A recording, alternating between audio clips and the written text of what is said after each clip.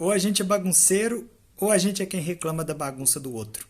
E às vezes a gente, numa relação, a gente é o bagunceiro e na outra relação a gente é quem reclama da bagunça, né? Por exemplo, entre minha irmã e eu costumava ser o mais organizado, mas em casa eu já fui o bagunceiro. Então, enfim, sobre os bagunceiros eu queria fazer um comentário. E eu queria colocar uma ideia que talvez ajudasse a gente a olhar para as coisas diferentes.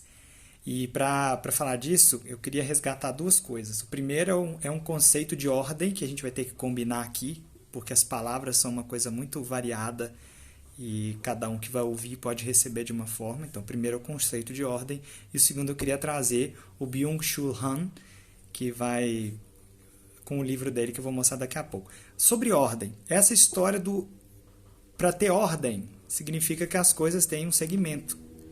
E se as coisas têm um segmento, então tem o que está ordenado e o que está fora da ordem. Se está dentro, está fora da ordem. Então, se tem ordem, é porque aquele lugar é pré-concebido.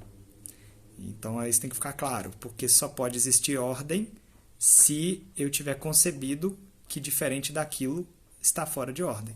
Então, exemplo, se eu tenho uma gaveta de meias e uma gaveta de cuecas, se eu tiver uma meia na gaveta de cuecas, ela está fora da ordem, está desorganizado.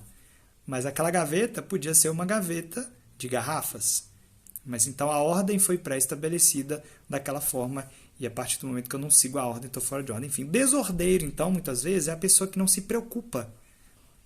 Quando eu falo não se preocupa, é assim, ordenado seria bom, mas desde que não seja eu a fazê-lo.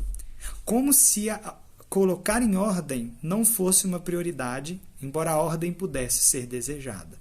Isso é complicado, né? Se tem uma criança em casa, por exemplo, a criança valoriza as coisas organizadas e limpas. É possível isso. Mas ela não acha que isso seria a melhor coisa a fazer com o tempo e a energia dela. E aí é uma briga eterna, porque a pessoa é extremamente organizada, ela acha sim que vale a pena o dispêndio de energia, afinal de contas a ordem é um benefício em si. E aí, para chegar onde eu quero, eu vou trazer uma citação. Esse livro aqui é Sociedade do Cansaço. Ele é um livro para ler com filtro. Tomar cuidado. Tem umas coisas aqui para você refletir. E principalmente porque, como eu estou mostrando o livro, eu quero dizer que o livro não está me representando 100%. Mas ele traz, sim, um ponto de vista muito poderoso. Mas não é... E aí o livro vai falar sobre como que a gente está desenvolvendo uma sociedade viciada em trabalho, enfim. É bem poderosa a discussão do livro, se lido com filtro. Mas aí o que eu quero não é exatamente o livro, mas é uma citação que Han escolhe para colocar aqui, e ele diz as seguintes palavras de Nietzsche, tá? Essas palavras estão no livro Humano, Demasiado Humano. E aí ele fala assim, cabem aqui as palavras de Nietzsche: por falta de repouso, nossa civilização caminha para uma nova barbárie.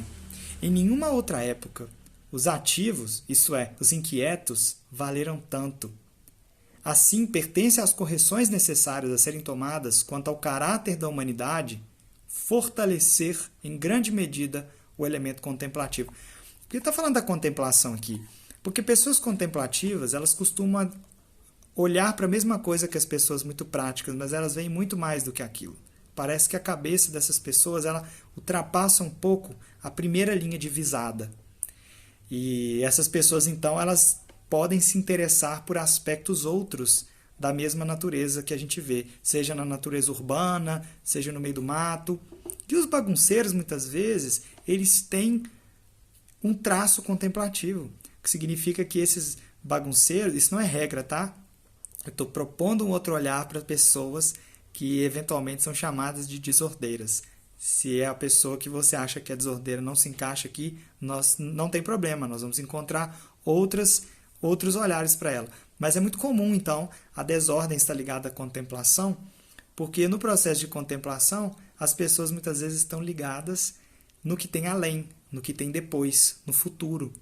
A conexão com o futuro, com o desconhecido, com o que não existe, ela é uma conexão onde não cabe muito pré-estabelecido. O combinado da gaveta de meia, o combinado da gaveta da cueca, da gaveta de garrafa, esses combinados eles pertencem ao passado. Eles pertencem a um conforto projetado. Importantes ou não, são do passado. Pessoas contemplativas elas podem estar conectadas com o futuro. E para o futuro, tudo está por vir. Então, o lugar certo das coisas faz tão pouco sentido que, às vezes, ele luta contra esse instinto de olhar para o futuro.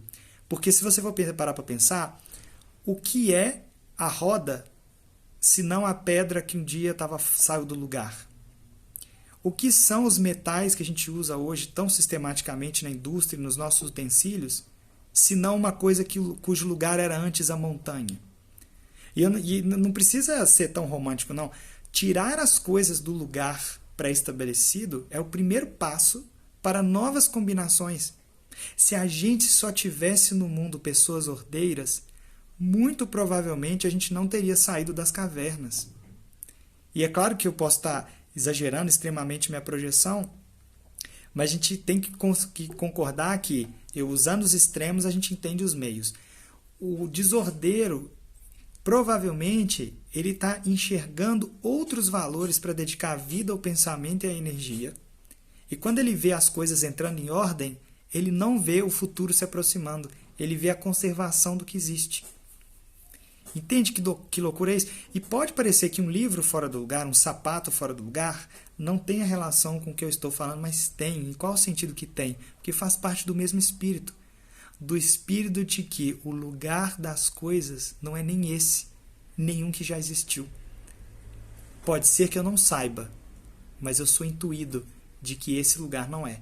E aí parece uma perda de tempo colocar aquelas coisas no lugar, quando a gente sabe que elas estão prestes a sair. Então, essa pessoa projetada do futuro, que às vezes está num quarto bagunçado e não está olhando para essa bagunça, é porque, na verdade, a mente e o coração dessa pessoa não estão nem ali. E que levantar para colocar aquelas coisas em ordem, o exercício simbólico de retornar as coisas para o seu lugar original, ele pode ser pequeno, porém ainda se encontra a natureza daquela pessoa. O que fazer com isso?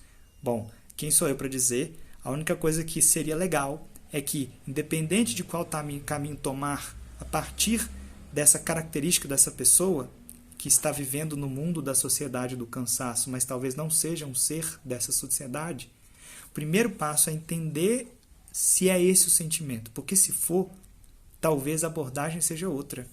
Talvez você vá pedir a gentileza daquela pessoa, veja bem, para o bem de nosso convívio, lute contra a sua natureza nesse momento, mas eu respeito e devoto a sua natureza exploradora. Porque talvez, se você conseguir compreender a pessoa no ponto que ela está, ela faça essa concessão, porque ela tem apoio. E, bom, não, como eu disse, não estou dizendo isso por ser um desordeiro pedindo ajuda, porque ora eu sou a pessoa mais ordeira do cenário, ora eu sou a mais bagunçada, mas eu acho que a empatia é sempre um caminho poderoso para a gente conseguir extrair o poder das pessoas. Quem sabe assim a gente extrai o poder do companheiro, da companheira, do filho, do amigo, do sobrinho, se a gente pensar através da visão de mundo contemplativa que talvez eles tenham.